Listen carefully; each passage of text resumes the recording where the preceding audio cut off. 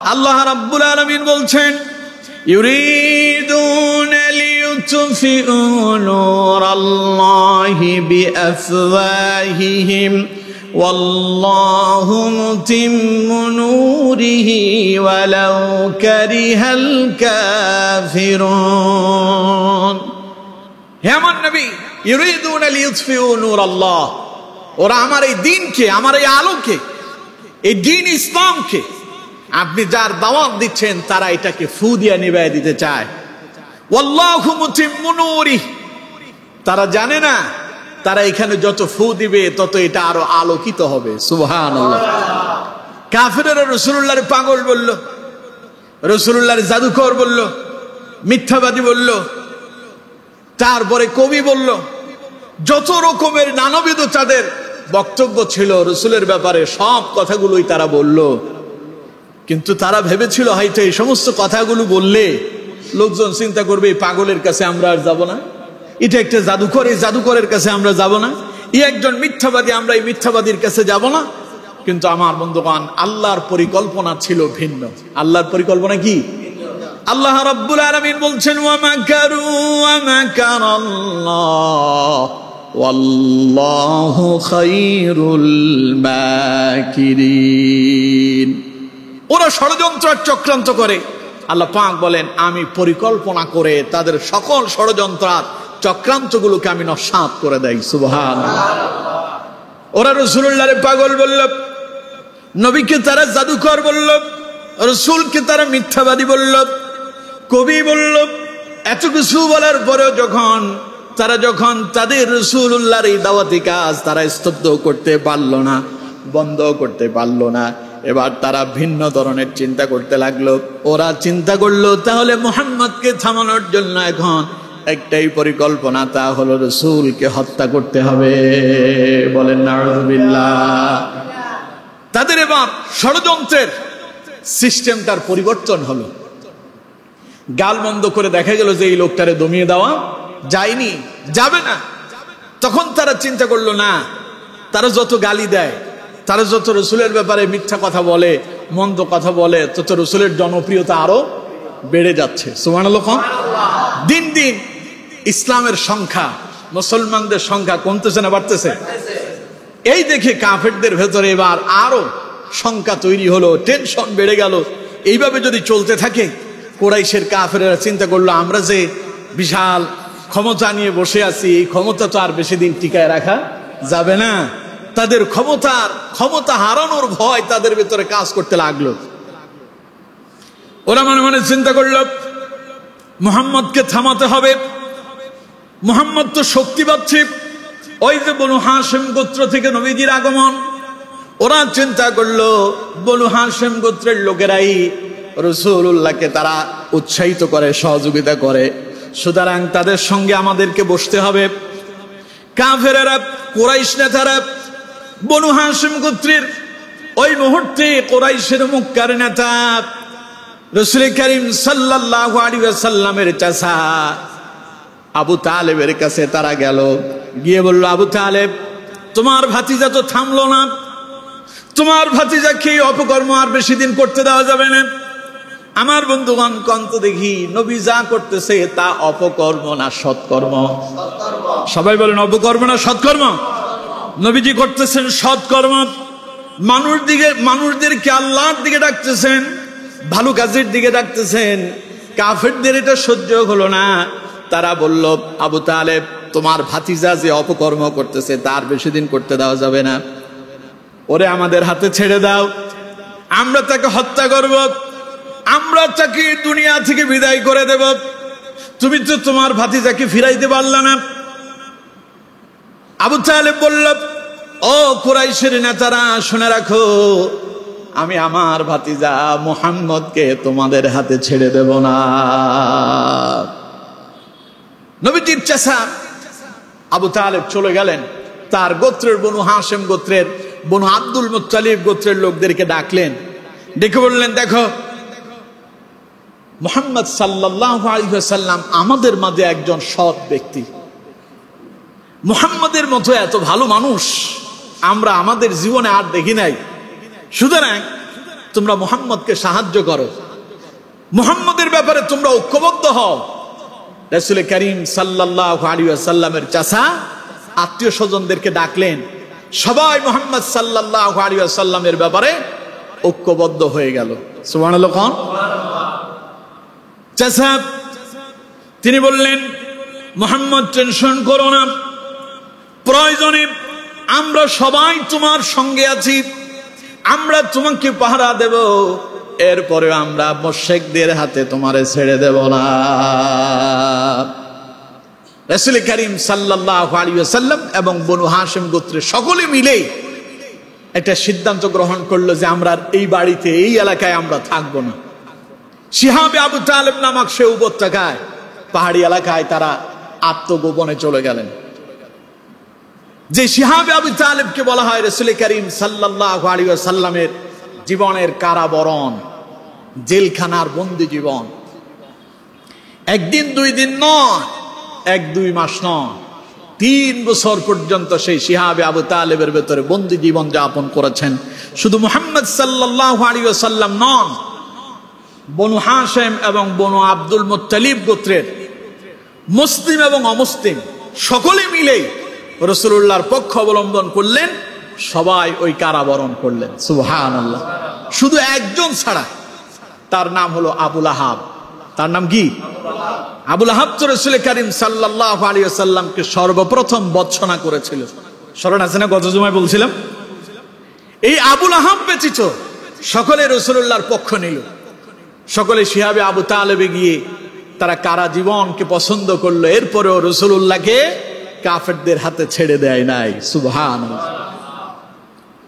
যখন বনু হাশিম গোত্রের, বনু Abdul Muttalib গোত্রের সমস্ত লোকগুলো রাসূলুল্লাহকে সাহায্যের ব্যাপারে ঐক্যবদ্ধ হয়ে গেল, সবাই যখন শিহাবে আবু তালেবকে পছন্দ করলো, এইদিকে আবু জাহেল সব মক্কার কুরাইশের মুশরিকেরা চিন্তা করলো, এই মুহূর্তে মুহাম্মদকে হত্যা করা যাবে না। যদি আমরা মুহাম্মদকে হত্যা করতে যাই, তাহলে পরে যেহেতু বনু হাশিম গোত্রের সবাই ঐক্যবদ্ধ, আমরা যদি আঘাত করতে যাই তাহলে পরে সকলে আমাদের বিরুদ্ধে প্রতিরোধ গড়ে তুলবে। সুতরাং তারা চিন্তা করলো পরিকল্পনাটা এবার ভিন্ন করতে হবে। রাসূলুল্লাহর ব্যাপারে এবার তারা ভিন্ন পরিকল্পনা করলো। কুরাইশের নেতারা, মুশরিকেরা সকলে একত্রিত হয়ে রাসূলুল্লাহর ব্যাপারে একটা নোটিশ লিখে দিল। কাবার দেয়ালের ভেতরে নোটিশ টানিয়ে দেওয়া হলো, যারা মুহাম্মদের অনুসরণ করবে, মক্কার কুরাইশের কোনো ব্যক্তির সাথে ওদের কোনো সম্পর্ক থাকতে পারবে না। মুহাম্মদের অনুসারীদের সঙ্গে কোনো ধরনের কোনো লেনদেন চলবে না, উঠা বসা হবে না, তাদের সাথে কোনো ব্যবসা বাণিজ্য চলবে না, আত্মীয়তার সম্পর্ক রাখা যাবে না। মুহাম্মদের সাথে যারা আছে, বনু হাশিম গোত্রের এই লোকদের সাথে কোনো ধরনের কোনো বিবাহ বন্ধনে আবদ্ধ হওয়া যাবে না। না পুরুষরা কোনো নারীকে বিবাহ করতে পারবে, না নারীরা কোনো পুরুষকে বিবাহ করতে পারবে। এক হয়ে করে দেওয়া হলো। রাসূল করিম সাল্লাল্লাহু আলাইহি ওয়াসাল্লামের চাচা তখন মক্কার ওই মুহূর্তে কাবার নেতা মোতওয়াল্লি, এরপরও হাতে তখন আর সেই রকম ক্ষমতা নাই, কারণ মুশরিকেরা সকলে ঐক্যবদ্ধ হয়েছে। তাই চাচা তার জীবন দিয়া ভাতিজা মুহাম্মদ সাল্লাল্লাহু আলাইহি ওয়াসাল্লামকে রক্ষা করার জন্য তিনিও সিদ্ধান্ত গ্রহণ করেছেন। সুবহানাল্লাহ। চাচা আবু তালেব বললেন, প্রয়োজনে ভাতিজার সাথে আমি নিজেও কারা জীবন পছন্দ করব, এরপরেও কাফেরদের হাতে আমি আমার ভাতিজাকে ছেড়ে দেব না। আমার বন্ধুগণ, আবু তালেব রাসূলুল্লাহকে নিয়ে এত শঙ্কিত হয়ে পড়ল। ওদিকে কাবার দেয়ালের ভেতরে নোটিশ টানিয়ে দেওয়া হলো, সাইনবোর্ড লাগিয়ে দেওয়া হয়েছে, মুহাম্মদের সাথে যাদের সম্পর্ক আছে তাদের সাথে কুরাইশের কারো সম্পর্ক থাকতে পারবে না, তাদের সঙ্গে কোনো লেনদেন হবে না, বিবাহ শাদী হবে না, ওদের সঙ্গে কোনো ব্যবসা বাণিজ্য চলবে না, আত্মীয়তার সম্পর্ক চলবে না, কোনো ধরনের খাবারের আদান প্রদান করা যাবে না, যতক্ষণ পর্যন্ত ওই বনু হাশিম গোত্রের লোকেরা মুহাম্মদকে আমাদের হাতে ছেড়ে না দেবে, ততক্ষণ পর্যন্ত এই ঘোষণা, এই সিদ্ধান্ত বলবৎ থাকবে। বলেন নাউযুবিল্লাহ। আমার বন্ধুগণ, ওরা চেয়েছিল রাসূলুল্লাহকে হত্যা করার জন্য। ওরা জানে না মুহাম্মদ সাল্লাল্লাহু আলাইহি ওয়াসাল্লাম সাধারণ কোনো ব্যক্তি নন। মুহাম্মদ সাল্লাল্লাহু আলাইহি ওয়াসাল্লাম হলেন এমন একজন ব্যক্তি যাকে পছন্দ করে বন্ধু বানিয়ে নিলেন তিনি কে? মুহাম্মদ হচ্ছেন আল্লাহর বন্ধু। মুহাম্মদ সাল্লাল্লাহু আলাইহি সাল্লাম কার বন্ধু? আল্লাহ। সুতরাং আল্লাহ রাব্বুল আলামিন বললেন, ও কাফেরের গোষ্ঠীরা, তোরা মনে করছিস বনু হাশিম গোত্রের লোকেরা আমার নবীকে তোদের হাতে ছেড়ে দেবে, প্রয়োজনে তারা না খেয়ে জীবন যাপন করবে, এরপরেও মুহাম্মদকে তোদের হাতে ছেড়ে দেবে না। সুবহানাল্লাহ। আমার বন্ধুগণ, কাফেররা মনে করল কিছুদিন পরে বনু হাশিম গোত্রের লোকেরা তো আমাদের এই সিদ্ধান্ত মেনে নিতে বাধ্য হবে। কিন্তু দেখা গেল ঘটনা তার বিপরীত হয়ে গেল। একদিন দুই দিন যেতে যেতে 1 মাস 2 মাস করে বছর আবার হয়ে গেল। এখনো পর্যন্ত বনু হাশিম গোত্রের লোকেরা মুহাম্মদ সাল্লাল্লাহু আলাইহি সাল্লামকে মুশরিকদের হাতে তুলে দিল না। যেতে যেতে 3 বছর পর্যন্ত হয়ে গেল, এরপরেও তারা রাসূলুল্লাহকে তাদের হাতে তুলে দেয় নাই। চাচা তো রাত্রিবেলায় চিন্তায় পড়ে যেতেন, ভেতস্ত হয়ে পড়তেন। আবু তালেব মাঝে মধ্যে নিজের বিছানাতে নিজে না ঘুমায় রাসূল করিম সাল্লাল্লাহু আলাইহি ওয়াসাল্লামকে নিজের বিছানা দিতেন, কারণ কাফেরেরা আক্রমণ করতে পারে গভীর রাতে অন্ধকারের ভেতরে মুহাম্মদ সাল্লাল্লাহু আলাইহি সাল্লামের তাবুতে। এই জন্য কখনো কখনো চাচা নিজে গিয়া ভাতিজার বিছানায় ঘুমাতেন, কখনো কখনো নিজের সন্তানকে ভাতিজার বিছানায় দিতেন, কখনো কখনো নিজের ভাইকে ভাতিজার বিছানায় দিতেন, কখনো কখনো নিজেই গিয়া সেখানে শুয়ে পড়তেন আর রাসূলুল্লাহকে সেভ করার জন্য চেষ্টা করেছিলেন। সুবহানাল্লাহ। কিন্তু দুর্ভাগ্য যে সেই চাচা রাসূলুল্লাহর প্রতি ঈমান আনয়ন করতে পারেননি। আমার বন্ধুগণ, এইভাবে 3 বছর পর্যন্ত চলতে লাগলো। এই 3 বছরে কোন ধরনের লেনদেন নাই, ব্যবসা বাণিজ্য নাই। শুধুমাত্র নিষিদ্ধ মাসগুলোতে কুরাইশের ওই সমস্ত বনু হাশিম গোত্রের যারা কারাবন্দী জীবন যাপন করত, তারা কিছু ক্রয় বিক্রয় করতে পারতেন, খাবারগুলো গ্রহণ করতেন, তাও চড়া মূল্যে তাদের কাছে বিক্রি করা হতো। সিরাত গ্রন্থে এসেছে অবস্থা এত ভয়ানক হয়েছিল, রাসূল এবং রাসূলের সঙ্গে যারা ছিলেন তাদের অবস্থা এত মারাত্মক হয়েছিল, খাবার তারা পান নাই, গাছের লতাপাতা খেয়েছেন, ফলে ছাগলের পায়খানার মতো তাদেরও পায়খানা হয়েছে। কত কষ্ট রাসূলুল্লাহ করেছেন। আমার বন্ধুগণ, কন্ত দেখি রাসূল কি ক্ষমতার জন্য এই কাজগুলো করছিলেন? এই যে কারা জীবন, রাসূলুল্লাহ কি নিজের প্রভাব প্রবৃত্তি বিস্তার করার জন্য এরকম করেছিলেন? কার হুকুম বাস্তবায়ন করার জন্য? শুধুমাত্র আল্লাহর দ্বীনকে প্রতিষ্ঠা করার জন্য নবী করিম সাল্লাল্লাহু আলাইহি ওয়াসাল্লাম আল্লাহর এই দায়িত্ব পালন করতে গেলেন। আল্লাহ বললেন, নবী ফাসদা বিমা তুমার ওয়া আরিদ আনিল মুশরিকিন, কাফেরদেরকে পরোয়া করবেন না, আপনাকে যে দায়িত্ব দেওয়া হয়েছে তা প্রকাশ্যভাবে চলমান করেন, প্রকাশ্যে মানুষের কাছে প্রচার করেন। নবীজি দাওয়াতি কাজ করতে গিয়া রাসূলুল্লাহরে জেলখানায় বন্দী হতে হয়েছে। সুতরাং আমার বন্ধুগণ, এই দ্বীনের কথা বললে বলে, হকের কথা বললে বলে, কোরআনের কথা বললে বলে, ইসলামের কথা বললে বলে, আপনি আমি আমরাও এরকম বিপদের সম্মুখীন হওয়ার সম্ভাবনা আছে না নাই? সবাই বলেন আছে না নাই? সমাজে দেখবেন যে এই লোকটা ভালো কথা কয়, সেই লোকটারে নিয়ে কত উপহাস করা হয়। হ্যাঁ, আল্লাহর ওলি হয়ে গেছে, ওই যে আসতেছে। হুজুরে দেখলে মাঝে মধ্যে এক একজন লোক এক এক ধরনের কথা বলে। ওই যে হেফাজত যায়, আছে না? ওই যে জামাতটা যায়, তারপরে ওই যে রাজাকার যায়, ওই যে মোল্লা যায়, ওই যে মৌলবাদ যায়, আছে না এমন কথা? আরে এই যে সমাজে যারাই ভালো কাজ করবে তাদের পেছনে একটা পক্ষ লেগেই থাকবে। ওরা মনে হয় এই সমস্ত কথাগুলো বললে ভালো কাজ বন্ধ হয়ে যাবে। আসলে কিন্তু তা নয়। আল্লাহ রাব্বুল আলামিন বলছেন, ওয়াকুল জাআল হক ওয়া যাহাকাল বাতিল ইন্নাল বাতিলা কানা যাহুকা। আল্লাহু আকবার। আল্লাহ তাআলা বলছেন, ওয়াকুল জাআল হক ওয়া যাহাকাল বাতিল। নবী ঘোষণা করে দেন, আপনি বলেন হক এসেছে, মিথ্যা দূরীভূত হবে। সুবহানাল্লাহ। ইন্নাল বাতিলা কানা যাহুকা, কারণ বাতিল, মুশরিক এবং মিথ্যাবাদিতা এটা চিরনিশ্চিহ্ন হবেই হবে। কারণ আমরা জানি পৃথিবীতে সব সময় সত্যের জয় হয়, ঠিক কিনা?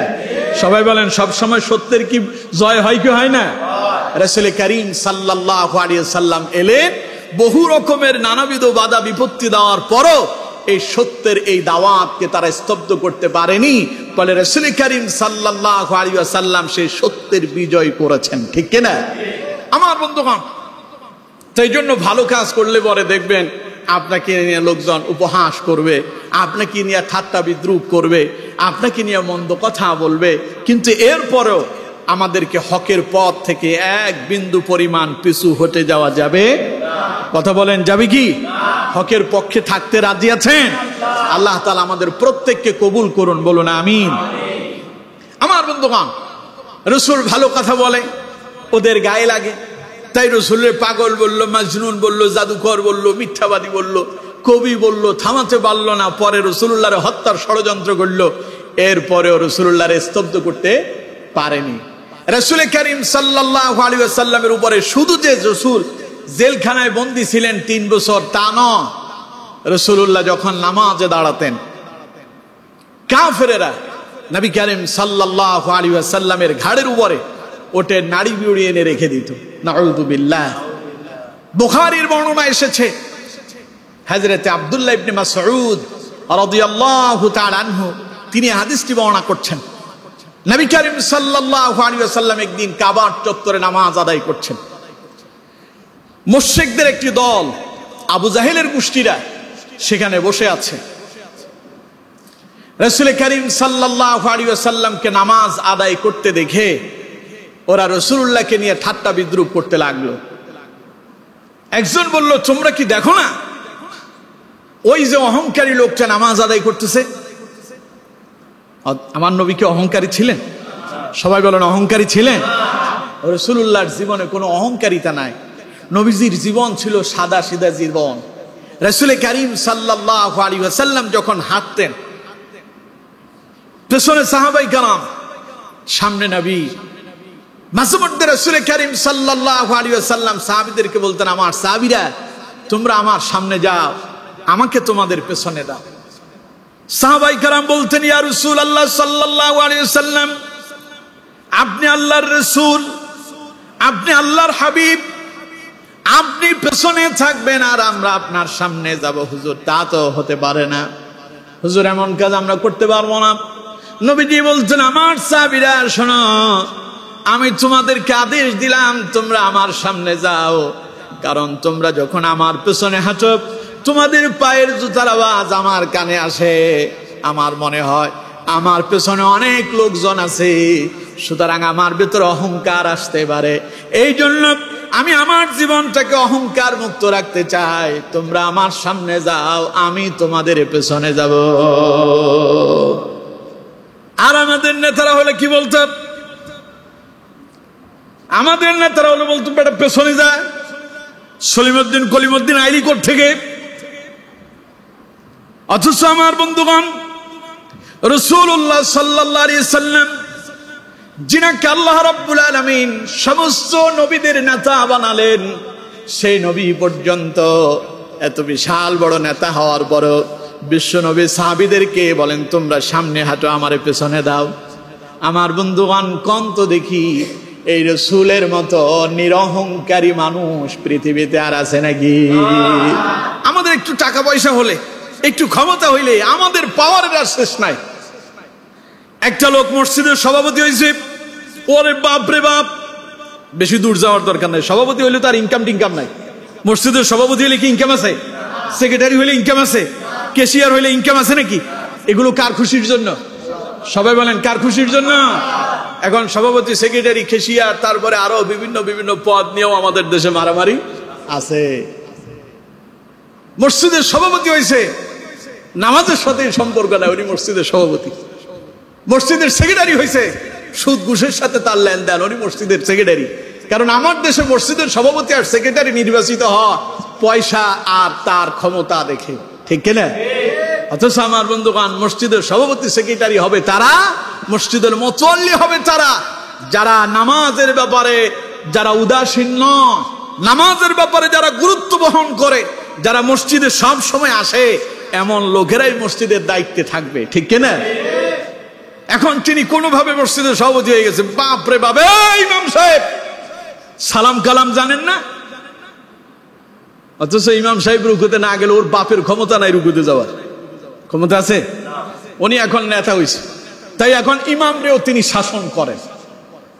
এরকমও কিছু আছে না নাই? মানে বেশি দূর গেলাম না আর কি। অথচ আমার বন্ধুগণ, আমার রসুল সব নবীদের রসুল, সাইয়্যিদুল মুরসালিন, ইমামুল মুরসালিন, ইমামুল আম্বিয়া, সুবহানাল্লাহ কোন? রসুল ছিলেন নিরহংকারী। সাহাবীদেরকে বললেন, সাহাবীরা সামনে যাও, আমার পেছনে দাও। আর এই কাফেরেরা বলল, ওই যে অহংকারী লোকটা নামাজ আদায় করতেছে, তোমরা কি দেখো না?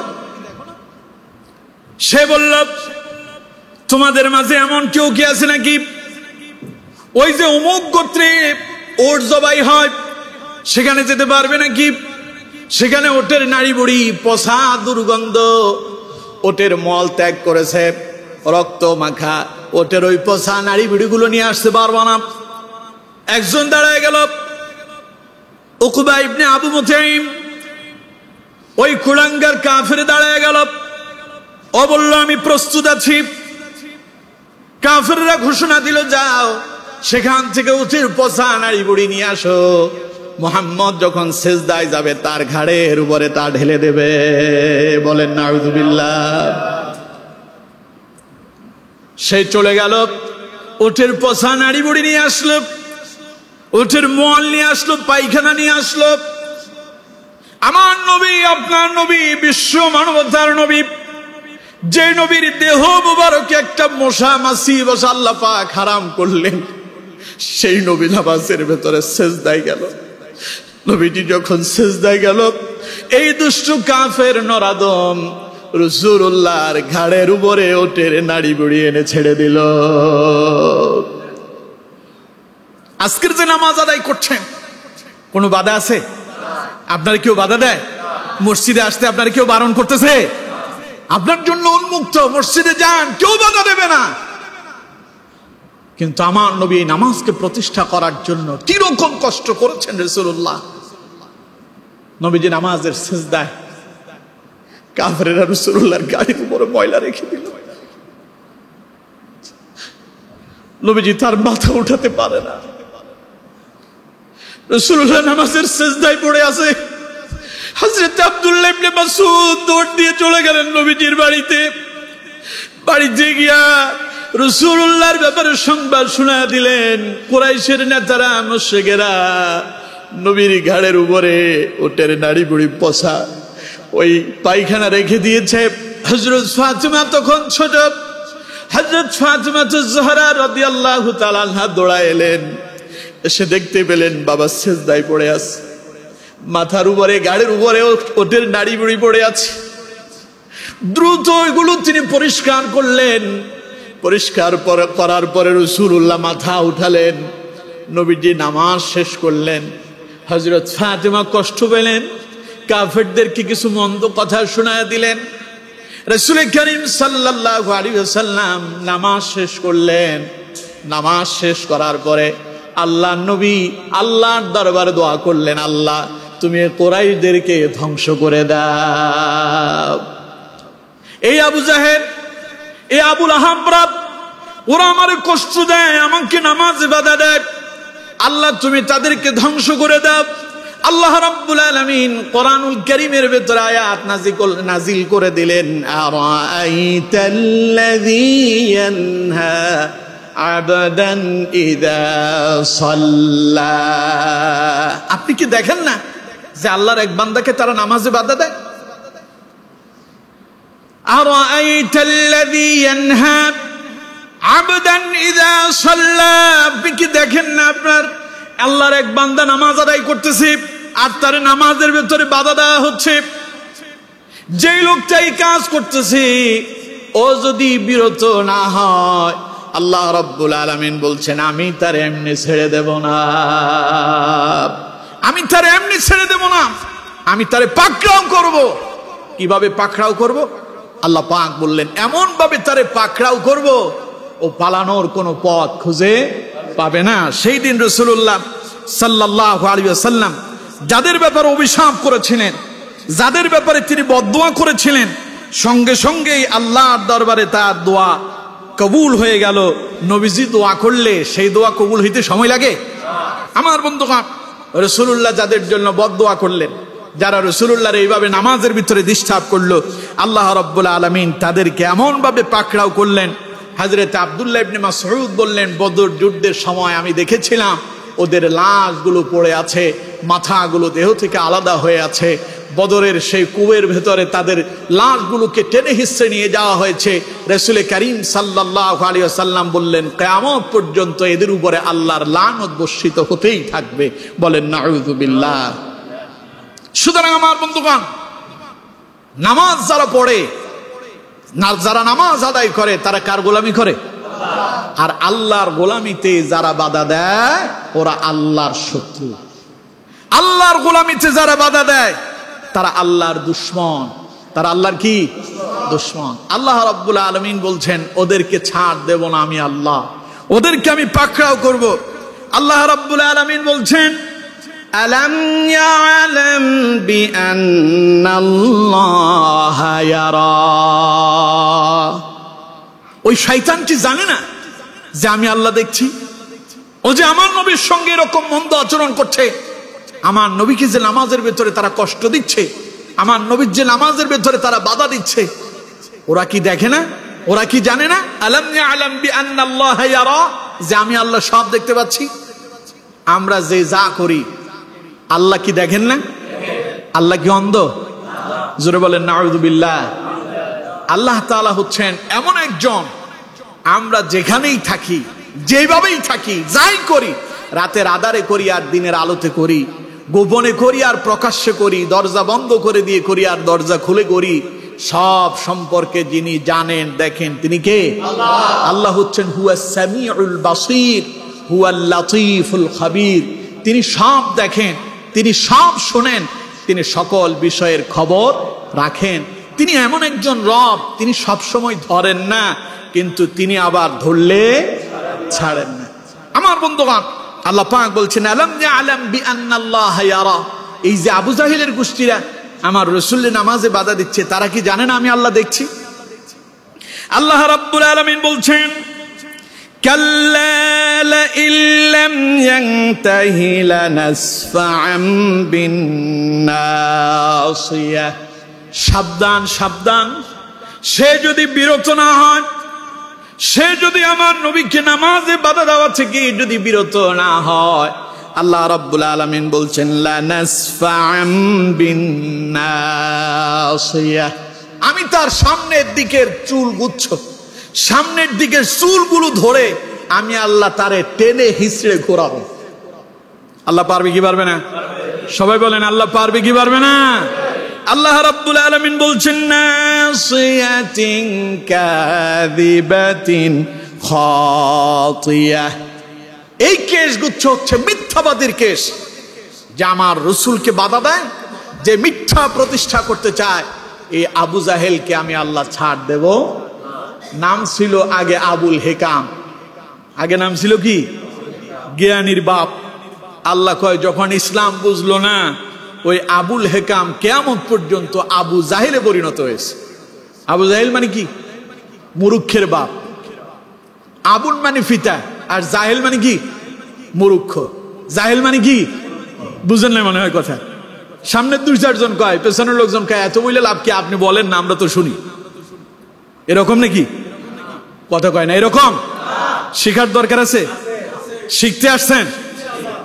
তাহলে বলেন তো দেখি, আবুল শব্দের অর্থ কি? বাপ, পিতা। আবুল শব্দের অর্থ কি?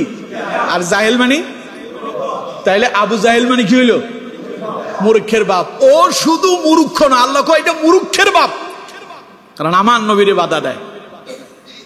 আমার বন্ধুগণ, সেই নবীজি এই নামাজ প্রতিষ্ঠা করতে গেলেন। রাসূলুল্লাহ নামাজ প্রতিষ্ঠা করতে গিয়া নবীজি কত কষ্ট করেছেন।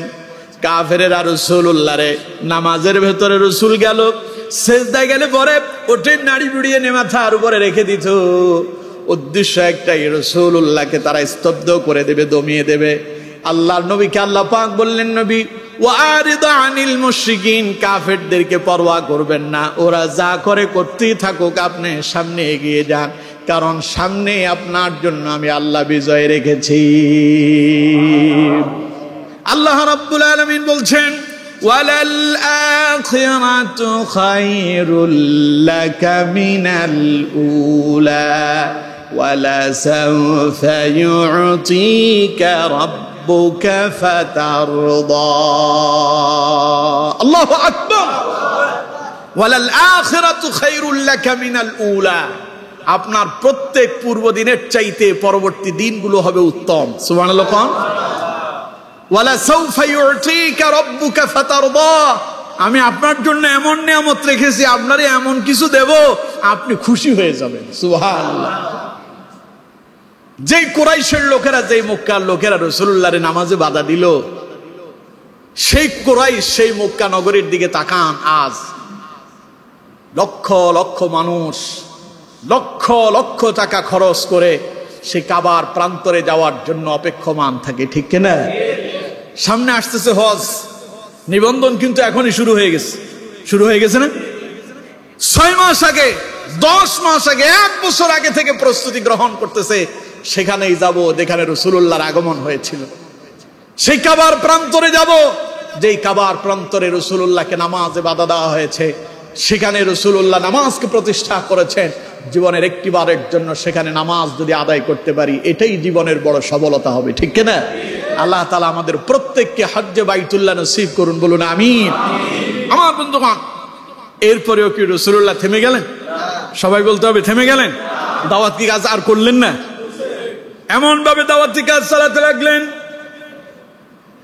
আবু জাহেল একদিন রাসূলুল্লাহকে নামাজের ব্যাপারে কাবার প্রান্তরে দাঁড়ায় নবীজি নামাজ আদায় করতেছেন, আবু জাহেল রাসূলুল্লাহকে নামাজে বাধা দিল আর বলল, মুহাম্মদ তোমারে আজকে সতর্ক করলাম, নিষেধ করলাম, কাবার প্রান্তরে আর নামাজ আদায় করতে আসবা না, তোমাকে যেন আর কখনো না দেখি কাবার চত্বরে নামাজ আদায় করতে।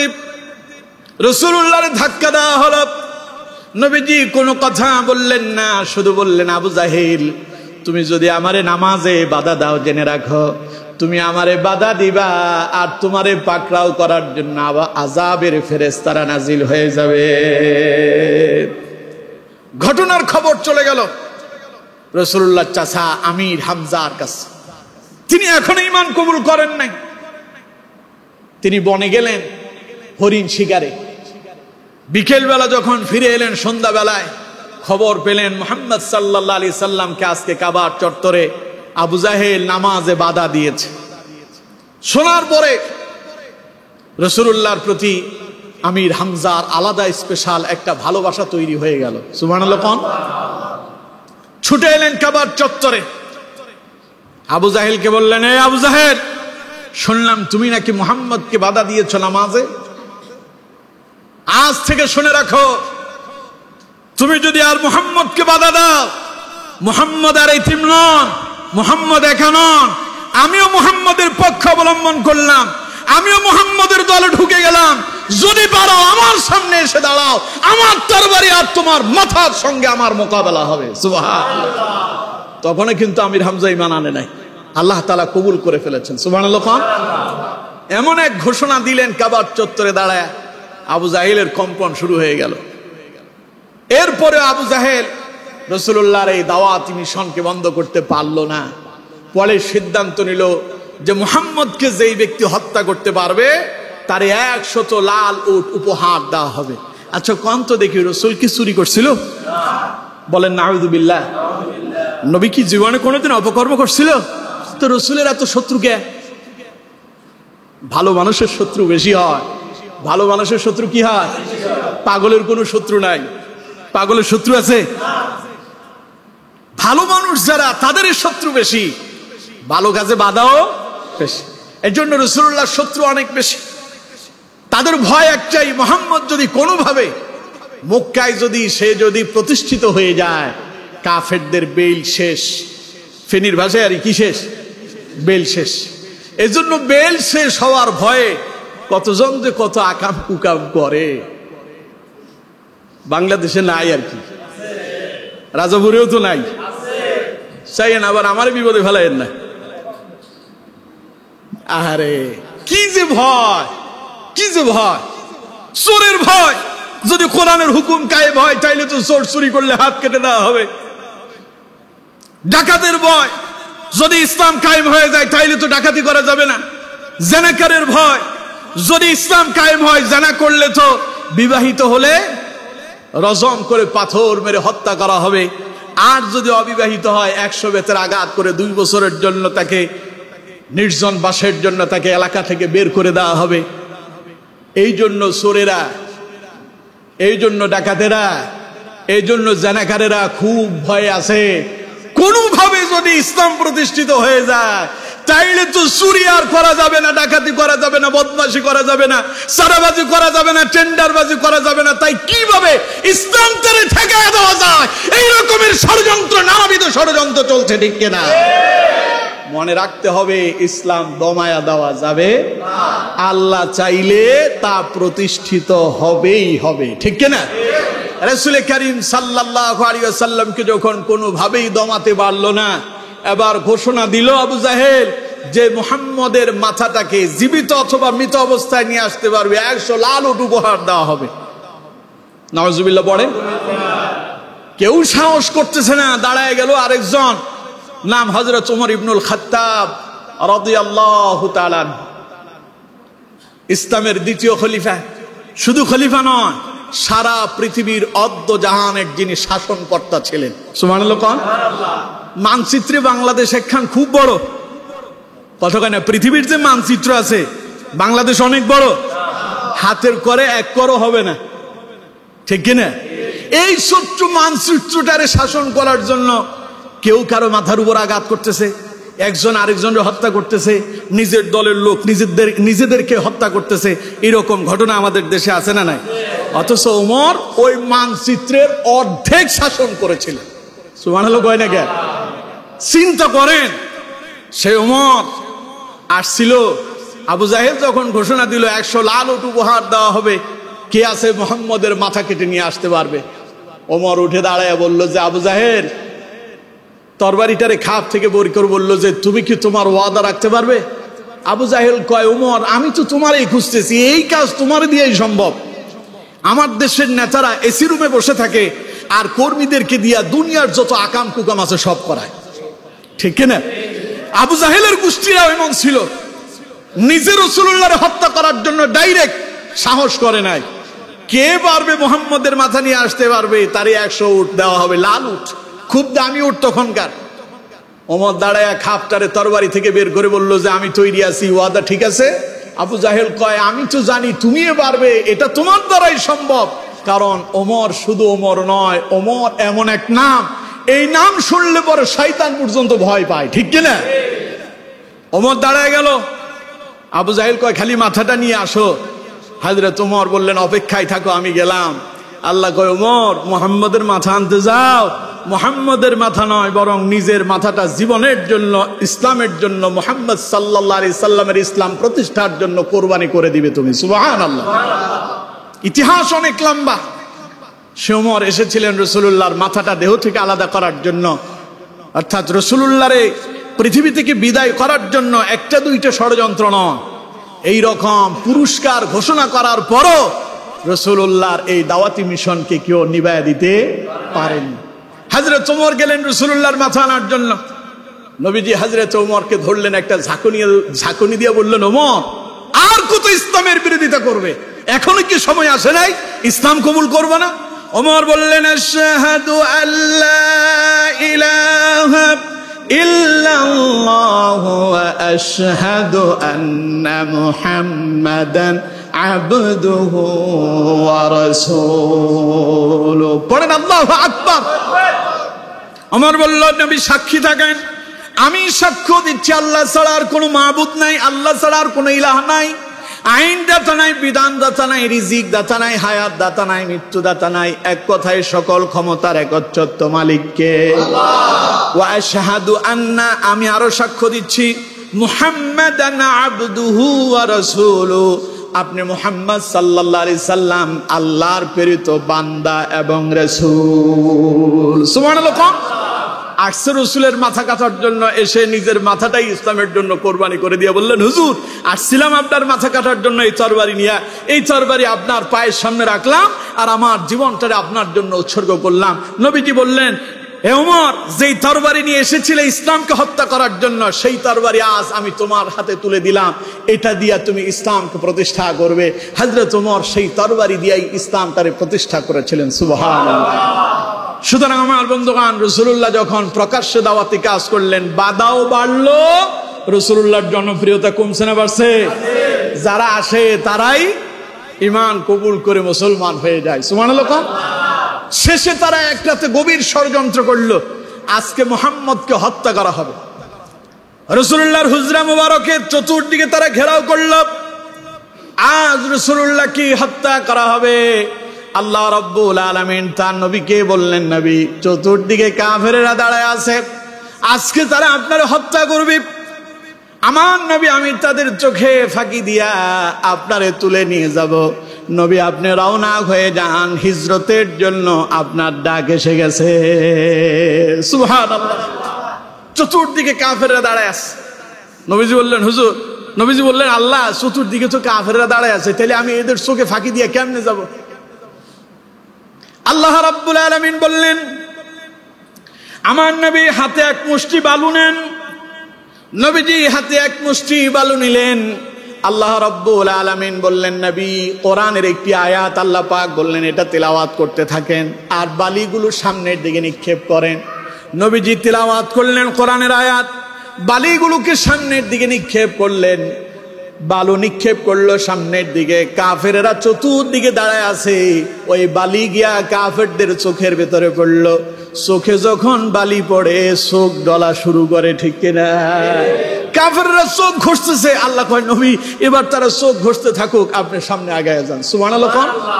আল্লাহ রাব্বুল আলামিন বললেন, নবী, আমি আপনার জন্য এমন কিছু রেখে দিয়েছি, আপনার পূর্বের দিন থেকে পরবর্তী দিনগুলো হবে উত্তম। সুবহানাল্লাহ।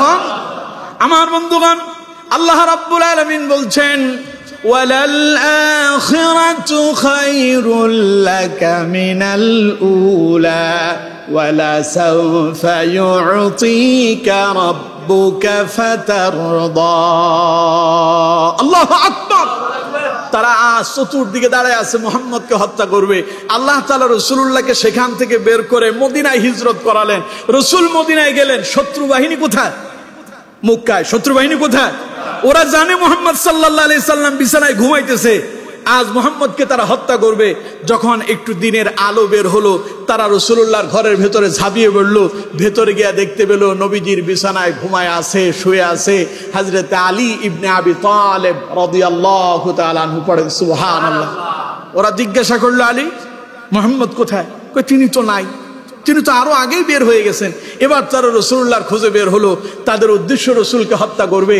আল্লাহ তাআলা বলছেন, নবী, এমন কিছু রেখেছি আপনার জন্য, এমন কিছু রেখে দিয়েছি, আপনার প্রত্যেক পূর্ব দিনের চাইতে পরবর্তী দিনগুলো হবে এত উত্তম যে আপনি আল্লাহর পক্ষ থেকে এমন নিয়ামত পাবেন যে আপনি খুশি হয়ে যাবেন। ওয়ালা সাওফা ইউতিকা রাব্বুকা ফাতারদা। আল্লাহ রাসূলকে মক্কা থেকে বের করে মদিনায় নিয়ে গেলেন। মদিনায় যাওয়ার পরে মদিনার লোকেরা রাসূলুল্লাহরে আলিঙ্গন করলো আর মদিনার প্রেসিডেন্ট বানায় নিল। সুবহানাল্লাহ। ইসলামরে দমায় দেওয়া গেছে? ঠেকায় দেওয়া গেছে? বাধা দিয়া ইসলামটারে স্তব্ধ করে দেওয়া গেছে? রাসূলকে তারা হত্যা করতে পারছিল? সুতরাং আমার বন্ধুগণ, রাসূলুল্লাহ এইভাবে দাওয়াতি কাজ করলেন আর ইসলামকে প্রতিষ্ঠা করলেন। এরপরেও রাসূলুল্লাহ দ্বীনের দাওয়াত থেকে এত বাধা আসার পরও এক বিন্দু পরিমাণ পিছু হতে যান নাই। সুতরাং আমাদেরকে মাথায় রাখতে হবে, নবী করিম সাল্লাল্লাহু আলাইহি ওয়াসাল্লাম যেইভাবে সত্যকে প্রতিষ্ঠা করার জন্য জীবনের প্রতিটা গুরুত্বপূর্ণ মুহূর্তকে, প্রতিটা শত্রুদের এই শত্রুতার ভেতরেও নিজেকে সামনে এগিয়ে নিয়ে ইসলামকে প্রতিষ্ঠা করেছেন, আজ এই দুর্দিনেও আমাদের প্রত্যেককে ইসলামের পক্ষে থেকে রাসূলুল্লাহর ওই আদর্শকে বাস্তবায়ন করার জন্য আমাদেরকে সামনে এগিয়ে যেতে হবে। পারবো তো ইনশাআল্লাহ?